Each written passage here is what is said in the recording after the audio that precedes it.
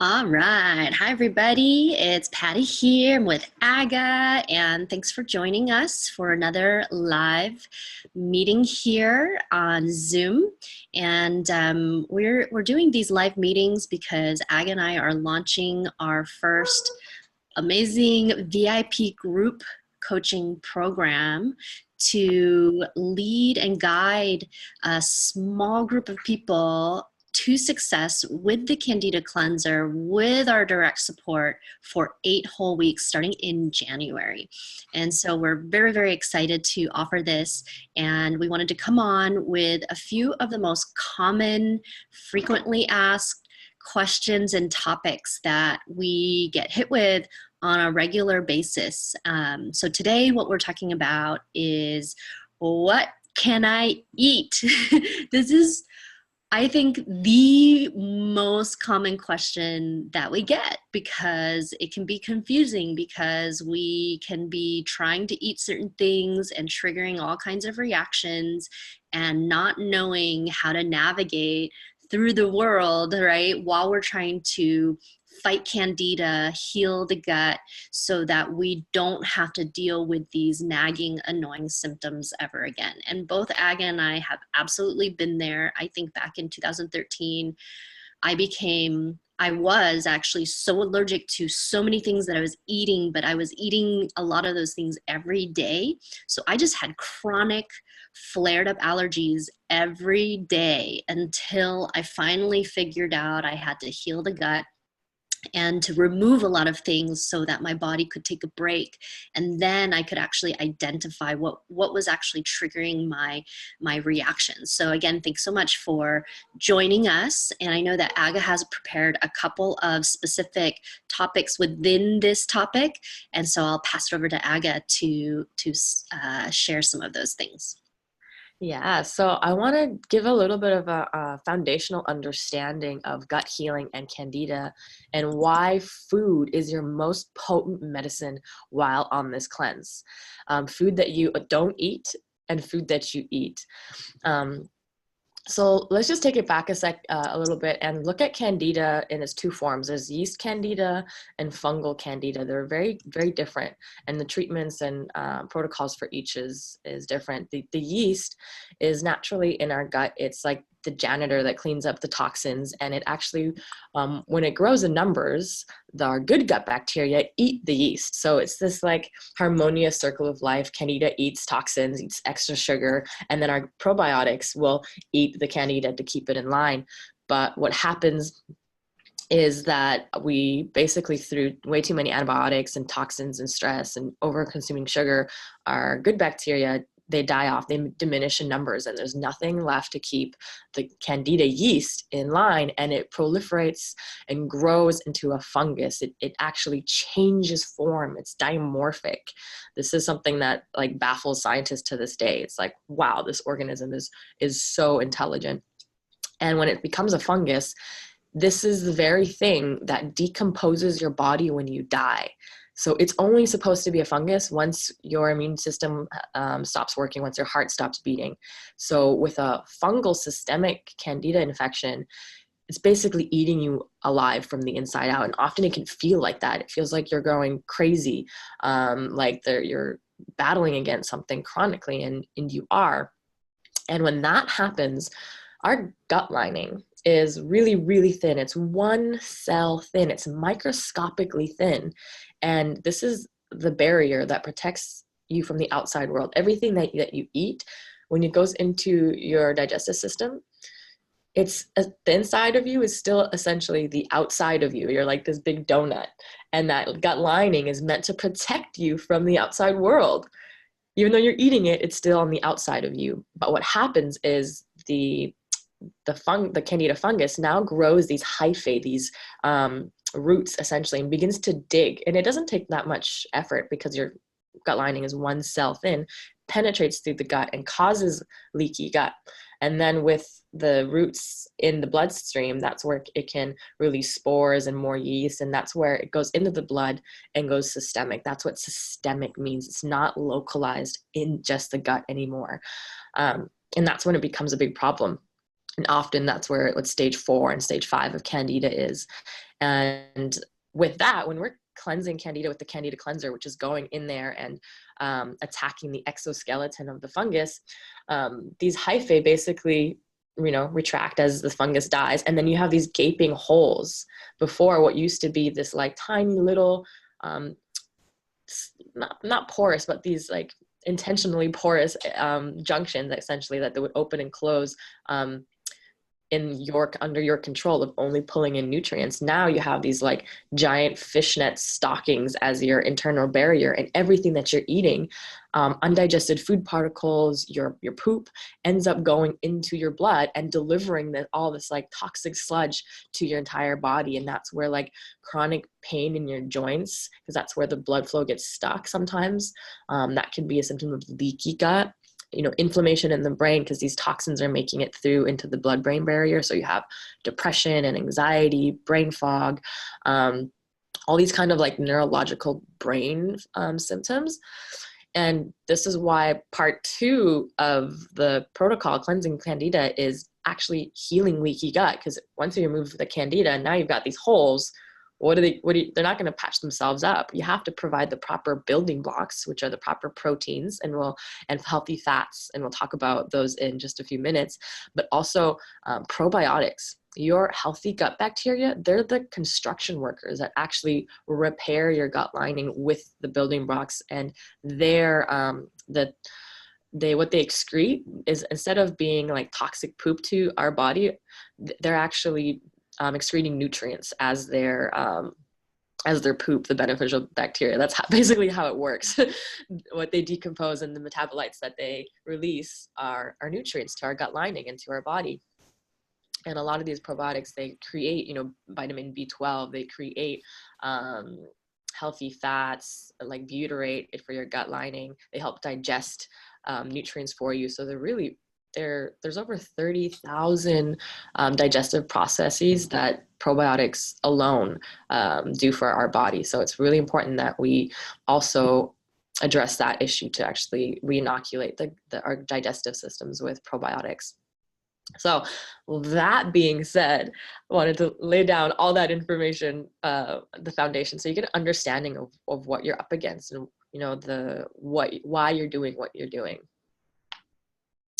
And so that brings us to why Candida diets alone don't work. So oftentimes, you'll look online and see like, okay, my symptoms match up to Candida, or my doctor, the smart ones will tell you that like, yes, you have Candida, or your naturopath, and they'll put you on an anti-Candida diet, which is basically removing all sugar from your diet for 3 or 4 weeks, giving you a little bit of probiotics, and then you assume that you're Candida free because you've done the cleanse. My partner has done this before. He's like, oh yeah, I did a Candida diet. I did that for like 3 weeks. No, you didn't get it. You didn't get the systemic Candida, because that stuff has this exoskeleton of chitin that prevents your immune system from actually getting in and attacking it. So all it does is for 3-4 weeks, it can just go dormant. It can just hide out and wait. And when you eat sugar again, it'll just spike back up. Now you've starved it. It's angry. It's aggravated. Once you have even just like a piece of apple or piece of bread or something, you treat yourself to something, your symptoms will just flare up again, like way worse than they were before. And that's because you didn't get rid of it in the first place. It's systemic. It's everywhere, hiding in all the little crevices in your body and your digestive system. I wanted to add, I think there was a time when the Candida diet could work for some people, but I think what the reality is today is that not only are we having Candida yeast overgrowth, but that systemic fungal Candida overgrowth is becoming an epidemic. And that is because it's not just over-consuming sugars that is causing Candida yeast to overgrow, but it's that our foods have been laden with pesticides, glyphosate, GMOs, toxins, all of these things that actually really damage the gut lining more and more and more. Not to mention the antibiotics that they now give to people. Just in the last 20 years, 20, 30 years, I would say, are like 100 times stronger full spectrum antibiotics compared to the penicillins of 50 years ago, 40 years ago. It's just a different world today. And that is the reality. And it's like the information hasn't quite caught up with the reality of where we are, why people so young are now having such food intolerances, such terrible autoimmune disorders. It's happening to people younger and younger and younger. And that is because our guts are getting so damaged by all of these other factors, right? So this is why the Candida diet, it's old. It's like, this is like old ancient information of, hey, if you accidentally eat too much sugar and feed your yeast too much, then the Candida diet might work for you. But once your gut has been damaged to the point where you're also experiencing symptoms like depression, anxiety, things that are happening in the brain fog, that means it's gone beyond the gut, right? The aches and the pains in your muscles, that means the fungal candida is in your tissue, right? It's moved into your soft tissue.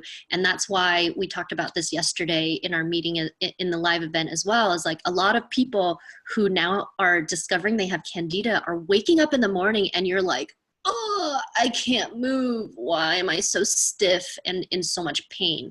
So it's important to understand that we're now dealing with a much more severe form of candida than ever before, and more people are dealing with this type of systemic fungal candida than ever before. And that is why that candida diet is no longer so effective for most people. Mm-hmm, mm-hmm.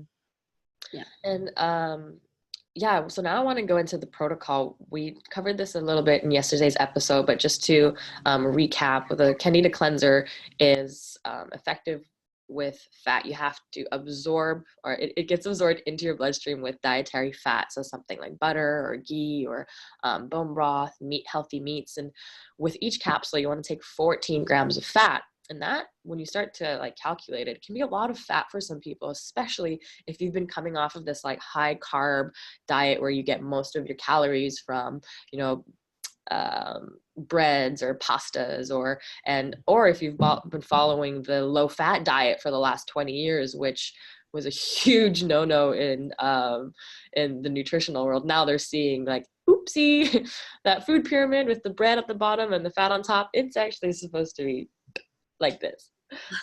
And the story behind that is actually the woman who developed the food pyramid. It originally was upside down. It was like, you don't need many grains or carbs. You actually need lots of fats. And I forget the whole story, but basically when she submitted this, the agriculture industry was like, no, we can't have that. We don't want, no. Let me take that. You know, nothing, nutritionist. And then basically that's what happened. And this huge spike in diabetes and heart disease and high cholesterol is because of all this sugar we've been eating. So naturally, when you divert now to a more high fat diet with less carbohydrates, like the starchy carbohydrates, so no legumes or grains or starches, the only thing left to eat are above ground vegetables, which are low carbohydrates and healthy fats and lean proteins. And you're so satiated from that much amount of fat that your sugar cravings almost naturally go away, especially with the help of Candida cleanser, because it's getting at the fungal colony that's making you crave sugar in the first place. So making sure on this protocol to eat lots of healthy fats with your capsules, and healthy fats, like I'm gonna look at ghee because I love ghee and butter, are full of butyrate, and butyrate is this food for your gut cell lining. It's what your gut bacteria normally would produce. When you have an abundant amount of healthy gut bacteria, they're actually producing butter fat in your belly and then using that as a building block to patch up the holes. So if you can incorporate ghee into your diet, you're going to be not only is it going to be super easy to take all your capsules, you're also providing a fuel source for your gut cell lining.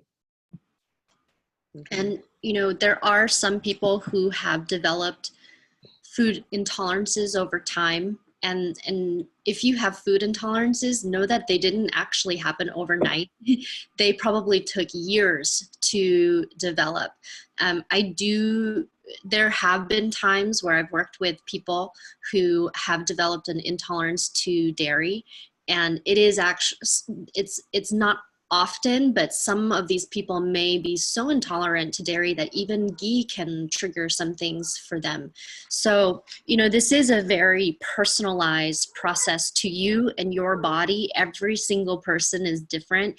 Anytime anyone asks, especially in our big Facebook group, can I eat this? Like, can I eat this? Can I eat this? Is this okay? Can I eat this? And I'm like, the answer is always, it depends on your gut, because you might be able to eat X, but another person could have developed an intolerance to X. And even though you have different symptoms, this person could have a major trigger if they eat X, but this person would be fine. However, this person could be able to eat Y, and this person could not eat Y because that's what they developed an intolerance to. And so this is another reason why the group coaching program could be incredibly valuable to anybody who is confused about their own body right now, because you might eat certain things that somebody else can eat, but it triggers all of your symptoms. It really helps to be able to look at your health history, look at what are the things that do trigger you, taking the quiz, all of these things that help to identify where your gut probably is at, how long you've been having these issues, and then you can really avoid some of the usual suspects. There are certain foods that are more inclined to cause reactions than others. So just know, I understand that can be incredibly confusing of like, wait a minute, but I thought if this is Candida safe, then I can eat it. And, it really boils down to your gut, your own tolerances and intolerances, what those might look like. And, one of the best ways to figure out what you're tolerating or intolerating is to do an elimination diet, like the GAPS diet, starting from the introduction phase. So Aga, did you want to talk a little bit about that? That ended up just coming out. So. Yeah, no, that's a great segue. I wanted to share a bit about my story to give an example of the craziness that a hidden food intolerance can do. So say you've cleansed Candida, you're on the elimination diet, and you're eating, you've recognized that you have food intolerances, and then you eat something healthy, like say cacao. Raw cacao is like a health food. It has lots of magnesium. You can mix that in with coconut butter or coconut oil and get this like mousse. There's all these recipes, and David Wolfe tells you that cacao is so good for you. And so I was like, great, I've always been eating cacao. I'm going to put this in my smoothies. And for a month, I battled with what looked like rosacea. It was all over my face, all over my neck. It was like my head was so itchy. I couldn't get to sleep. I had to sleep with an ice pack, and every night, 3 times, switch ice packs to cool down my face. With it came bloating, extreme energy dips, and depression and mental fog. And I was like, what is going on? Like, I don't have Candida. But then it would come back. It was like I would kept reinfecting. And I realized I had developed an intolerance to chocolate, to cacao. And the year before, I didn't have an allergy, but I developed it because when your gut is leaky, if you keep eating, even if it's a healthy food, even if it's zucchini, if you're eating foods that with a leaky gut and undigested proteins make it into your bloodstream, over time, your body will recognize it as a pathogen. So it can be one of the top allergens like corn or soy or gluten, or it can be something a healthy food. And then say your gut is fine, you introduce your trigger food, all of a sudden you have this immune reaction. Your body's like, whoa, danger, we know that protein, that is dangerous, attack. And the protein can sometimes mimic or look very similar to your own protein. So the proteins, like some gluten, for example, is very similar to a brain cell. So your body will attack gluten and parts of your brain. Other cells will look like the cells in your tissues, in your skin, so it'll attack your skin. So your own immune system goes crazy. It's triggered by the food that kind of looks like a different part of your body. So now you are triggering an autoimmune response. And with that come a lot of these symptoms that look like Candida. So we have to be very careful with what we're eating, especially in these later stages of Candida, stage 4 or stage 5, because you can heal your gut, you can get rid of Candida, but you will continue reinfecting if you continue eating those foods that are triggering that immune response in you. And this is me speaking from experience in my last time where I reinfected Candida in India, and I had to do the whole journey again. And this time, all the foods that were my allies before, the bone broth, the sauerkraut, the almond butter, all of that, my body was like, no, danger, attack. And it took me a good month to 2 months to figure it out, and identify that all the different foods that it was. And it was all the foods I ate when I was reinfected.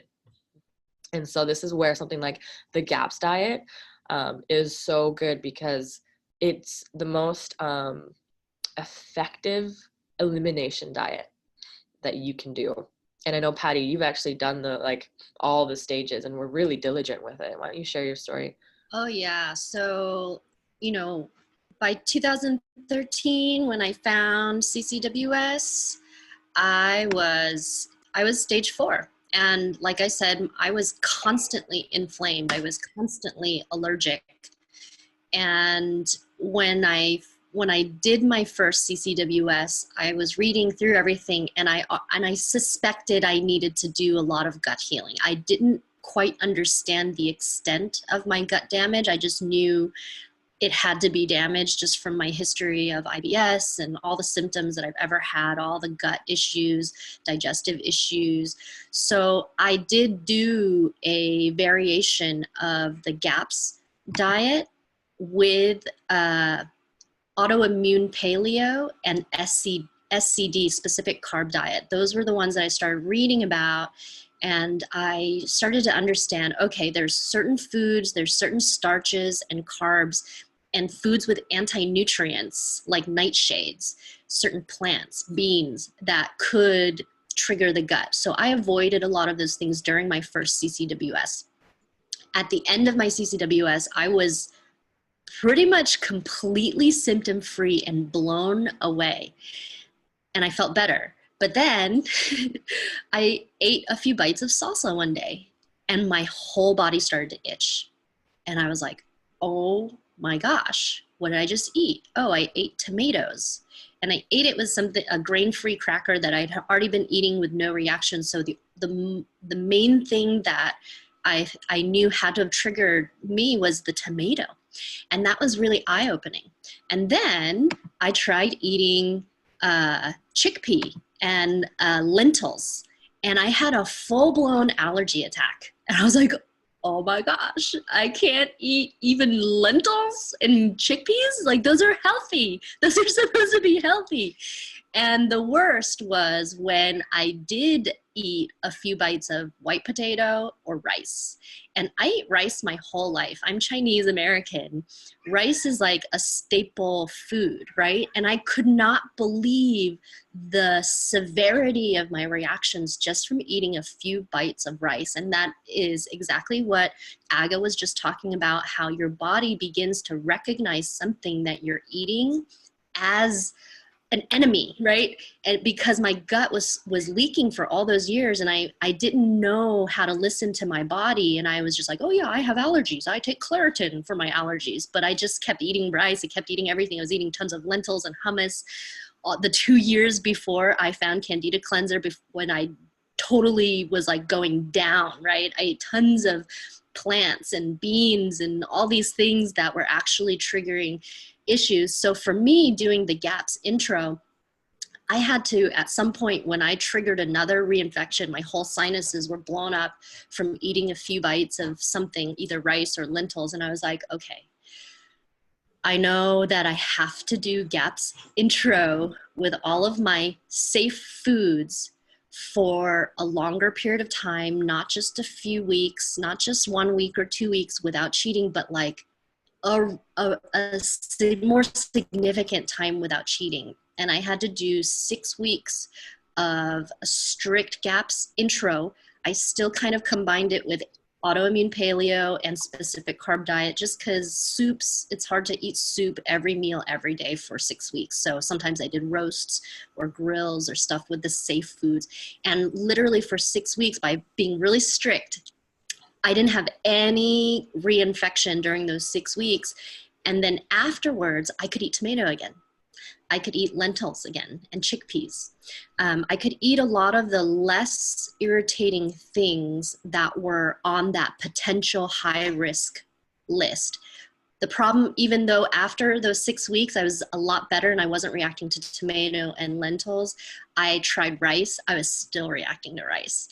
I couldn't eat rice or white potato for 2 years. From 2013 to 2015, I couldn't do those two foods without reaction for 2 years. And I tried a few times. I still tried it a number of times. And that's part of the journey, is every time you feel better, you're like, oh, maybe I can have that thing again. And then your body's going to talk to you. It's either going to say, okay, or it's like, nope. And for me, it was like, nope. And for me, I had to go back to GAPS intro.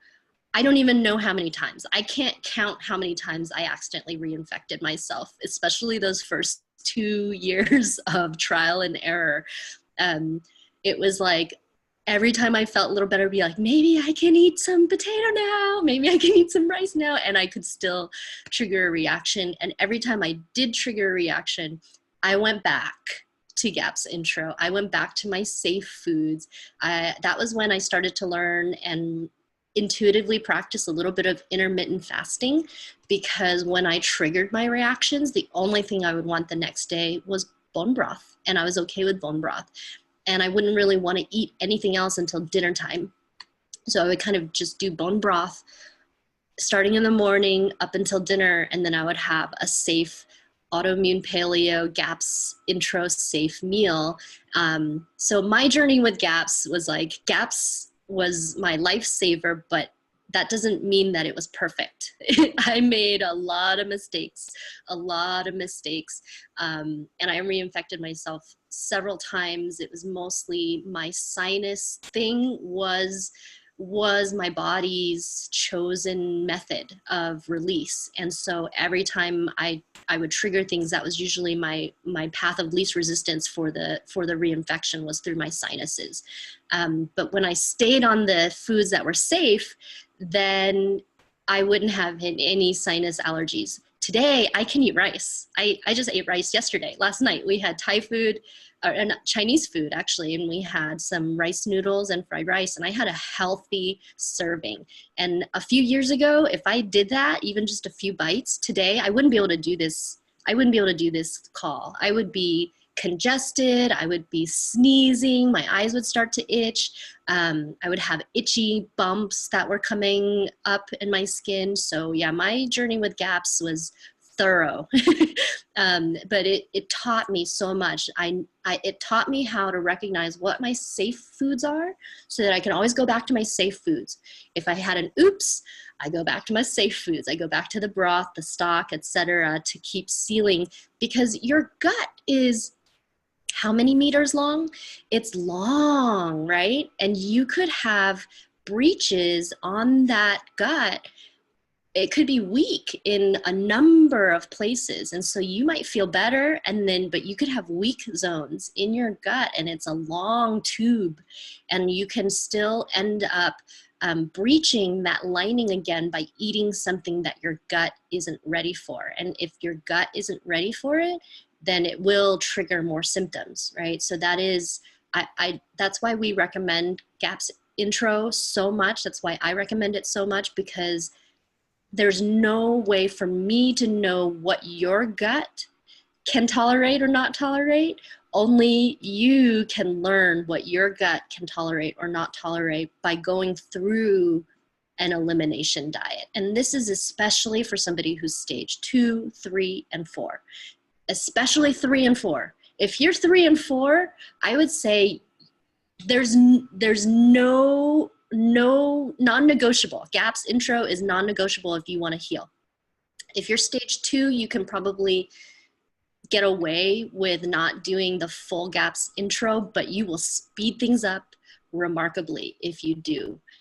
Basically, stage 1 is kind of the only stage where it's all pretty much still in the gut.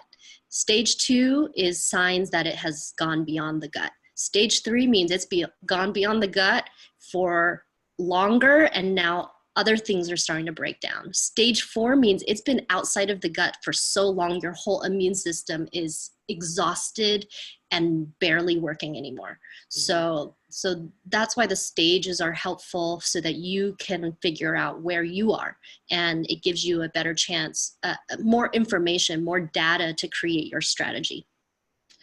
Yeah, and this is why we offered this 8-week coaching program through the cleanse. Oops, sorry. It can be confusing, right? And we want to be able to guide you through an elimination diet if you choose to do one. We also are releasing the GAPS diet, this ebook that we created. Basically, I read the whole book, so you don't have to, and I summarized the intros in stage 1 and stage 2, 3, 6, up to 6, and what to do, what foods to eat, what not to eat. So it's already done for you, so you can just like read this 15-page ebook and know exactly what to do. And again, like in this 8-week program, you're going to have email access to us 24/7. So if there's something coming up for you, we'll get your question answered right away. And you can see how it can be confusing, where it's like, okay, I'm going to drink bone broth. Oh, but I have a histamine reaction. What do I do? Meat stock or these supplements, or, you know, there's always a substitute. If one food, it triggers and reacts to you, then it's all based on your unique bio individuality. I'll give an example. I have a client that I've been working with very closely through the cleanse and gut healing, and he was a stage 4 to start. I think he's already gotten back to, now he's only got a few symptoms in stage 1 and 2 after doing a few CCWS, but one of his challenges was he didn't realize that there's starch in squash, and he was eating what he thought was safe foods, but he actually has had a very, very damaged gut, and the starch in the squash kept triggering symptoms and pain in his gut, but he didn't understand. He was incredibly frustrated, and I was like, okay, what are you eating? And we had to look at what he was eating, and I was like, did you know that this actually has starch in it? And he was like, oh, I didn't realize it. He took it out and the pain stopped. So it is sometimes a trial and error. You can think that you are eating the most healthy thing in the world, but because of something in that and the state of your gut at the time, it can actually be creating an obstacle to your healing. So again, you know, this is why it can be so helpful to have direct support. And I did throw in the link to learn more about the group coaching program if it's something that is interesting to you, that you're thinking about. And you can actually pull the video back to watch the whole presentation if you want, just FYI. Mm-hmm.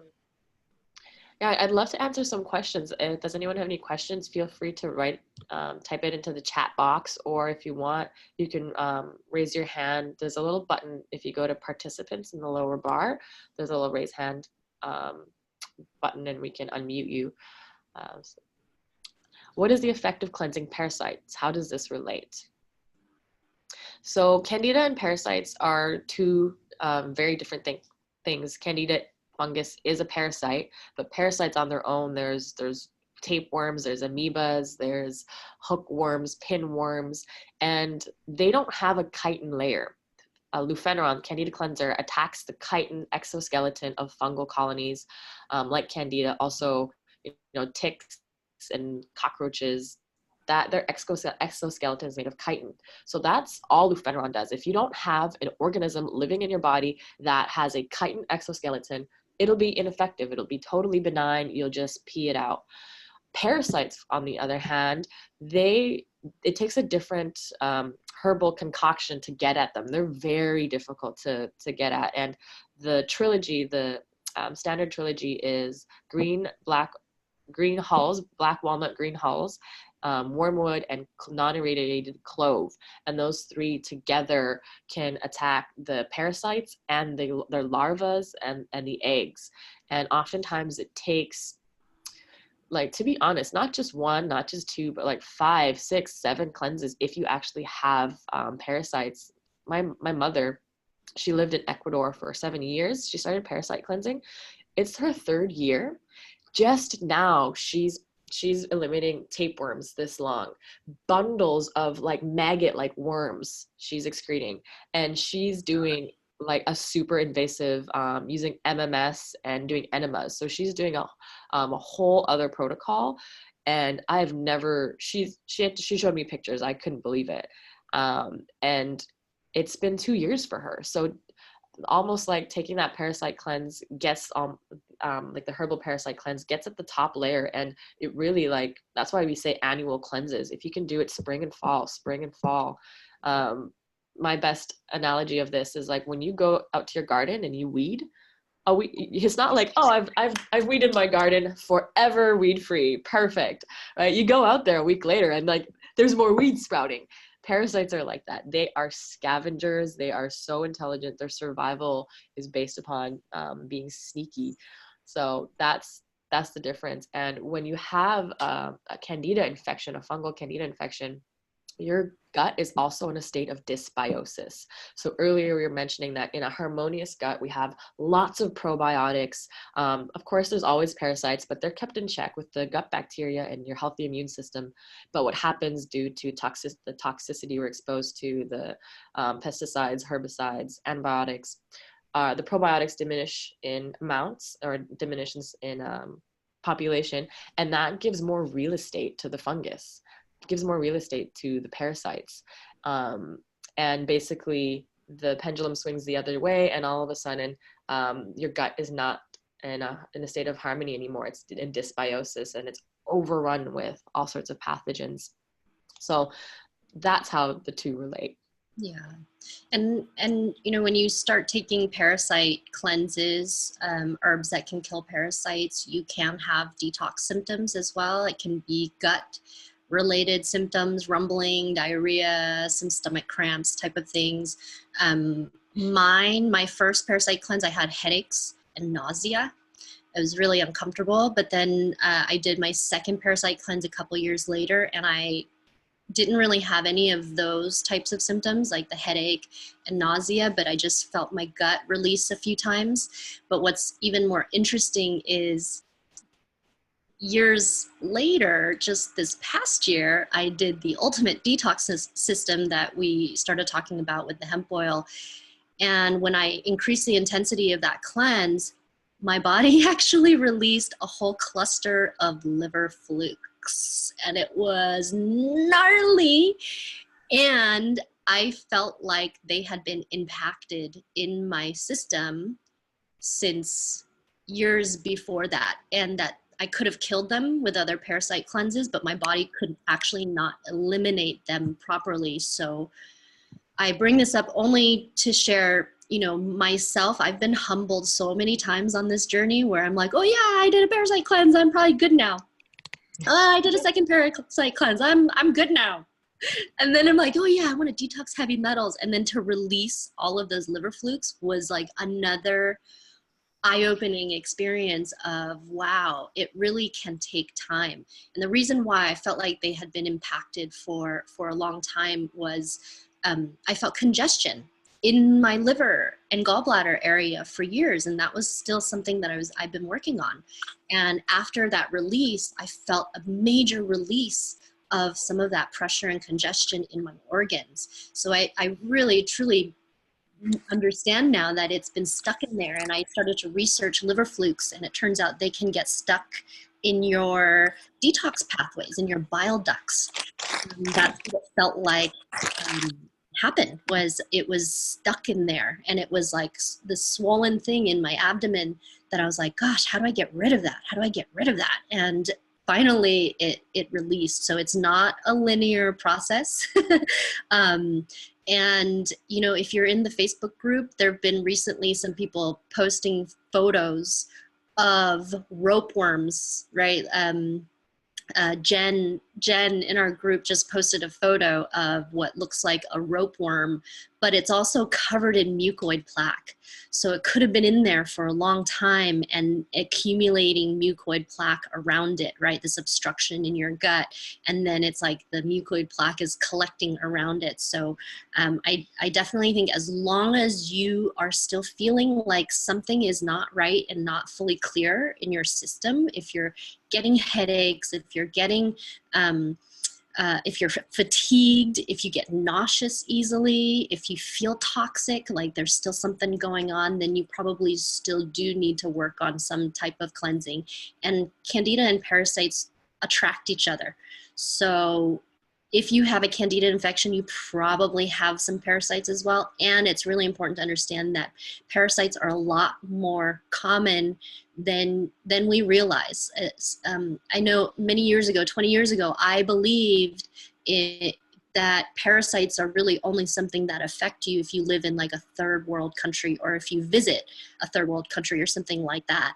Actually, they've proven now that the modern world is actually rampant with parasites, and you pick them up from your pets. You can pick them up from the food that you're eating, from vegetables and fruits. When I started researching about liver flukes, I learned that you can pick up liver fluke eggs on an airplane seat and in a restaurant. I was like, oh my gosh. So I just wanted to share that about my own journey with parasites. And actually, I've been thinking about doing another parasite cleanse now that things are moving and more open in there. I'm kind of curious to see if there's still anything impacted in there. And any last things that you want to talk about parasite cleansing? And no, I wanted to get to more of these questions. There's one here from Carrie. After almost 2 years of Candida type diet, last 9 months very strict, I find myself needing to add weight or at least stop losing. I'm planning to start the cleanse on Monday. Will it help to stop the weight loss? Will GAPS intro cause more weight loss? So this is actually something that is quite common that happens to a lot of people. They lose a lot of weight to the point where it's almost scary, right? Some people, and that's where you can lose faith in what's happening. And what I have seen is that over time, once the toxins are stored in our fat cells, once we lose the fat and we get rid of the fungal infection or the parasites, then the body begins to build up weight again, healthy weight. So it's normal to lose like a scary amount of weight when you're detoxing from these, because the body is cleansing everything that is garbage or like inflamed, and you're also losing a lot of water weight because there's less inflammation. So you're actually seeing over the years, muscle atrophy can happen also when you've got a fungal infection or a parasite infection, and the plumpness was actually just like inflammation and water retention. So when you're losing all of the water retention and the toxins and the fat is going, you're seeing how much there was actually of just your muscle on your skeleton. So in these cases, the GAPS diet, she even explains this in the book, that it's very normal. And during those times, to continue having faith and adding more of the meat basically into your diet when you're doing the broth, so the meat stocks, is to put in a big chicken thigh or a breast and eat that meat, eat the collagen, eat the fat. Like the fat is the building block of your muscles and your tissues. So to continue on this plan and continue cleansing and have faith that you're gonna build up the healthy mass when the time comes, essentially. And I joke about this. I call it I lost all my skinny fat because I've always been a petite person, but at the same time, I was carrying a belly that it was like all of my weight would be around my midsection. And then I also gained weight around my face and upper arms, and the weight around my face and my upper arms and my belly I hated, but at the same time people would see me and they'd be like, you're so skinny. But I was like, I know that this isn't totally me. Like, I know I'm carrying stuff that isn't healthy. When I did the CCWS and GAPS diet, I did rapidly lose weight and I lost the belly that I hated. But then I also noticed, oh my gosh, I have my butt is gone. I was like, I lost all my skinny fat. But what happened was the more my gut healed and I also started having more energy and I was craving movement and exercise.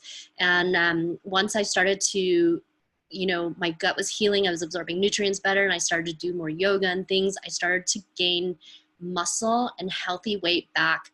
And now I feel I'm lean, but I don't feel too skinny anymore. And so exactly what Aga says, really trust the process. Your body will keep adjusting, but really keep focusing on healing the gut. That's the biggest and most important thing. And if you aren't already taking digestive enzymes and focusing on healing those digestive juices, that is key, because if you don't have proper stomach acid, a lot of people focus on or digestive enzymes, but it's the stomach acid that is key. We actually wrote a huge blog post about this. If you don't have ample amounts of stomach acid, you aren't producing pancreatic enzymes, so you aren't digesting your foods, you aren't digesting your minerals, your fats, your proteins.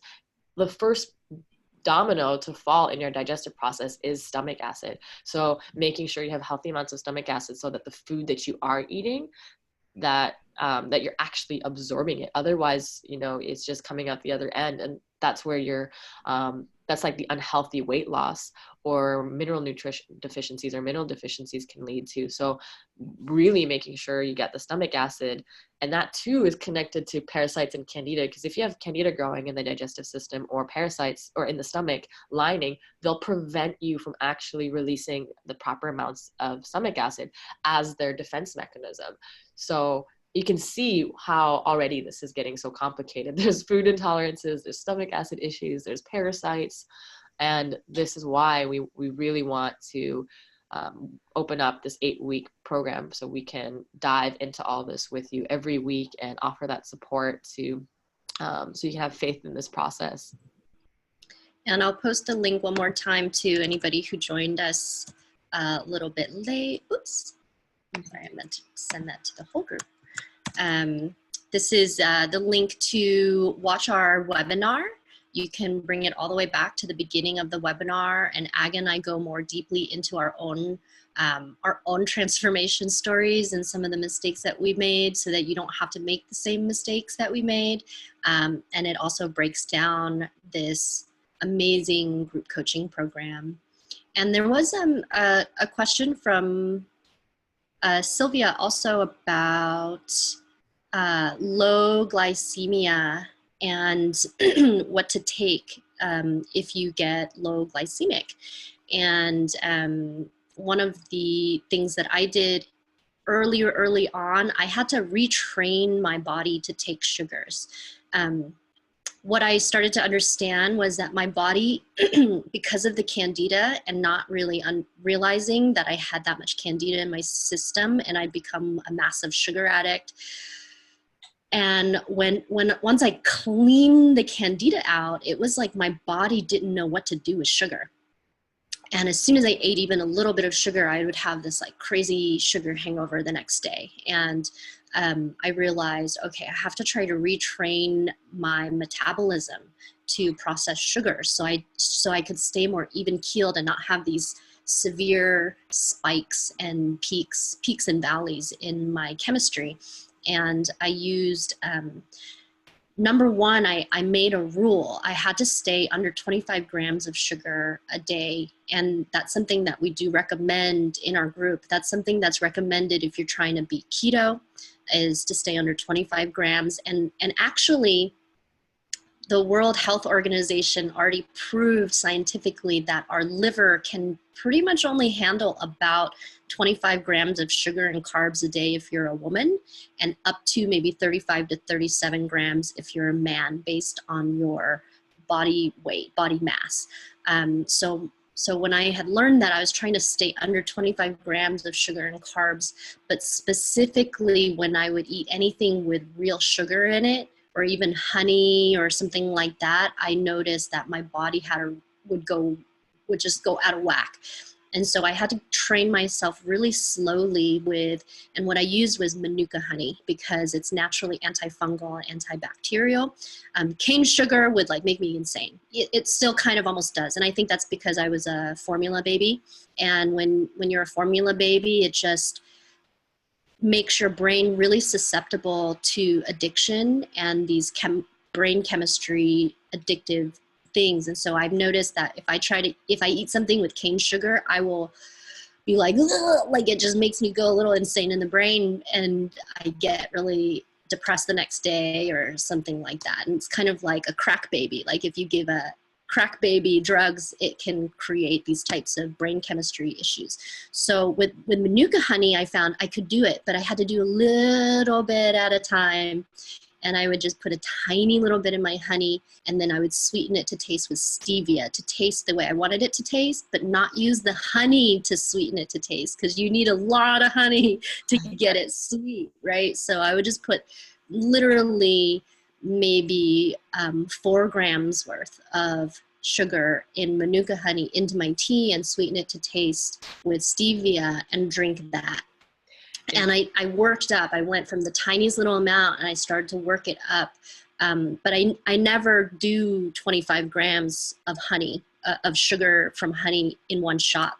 It's kind of like drinking a soda on your liver. Yeah. So it causes all this insulin response, and that's what you're trying to avoid, is trying to avoid your liver from going into this insulin overload. So I had to go really, really slow. And this is not for everybody, right? Again, it's going to depend on what stage you are, where your metabolism is at, what your history is, how your body is responding. So, again, either you have to really dig into that research and figure it out, or if you are working with us with this group coaching program, we'll be able to really dive deep into what your specific needs are.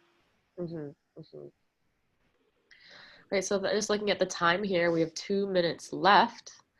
Yeah, so if you're interested in this program and you want more information, I believe, Patty, you're doing complimentary consultations?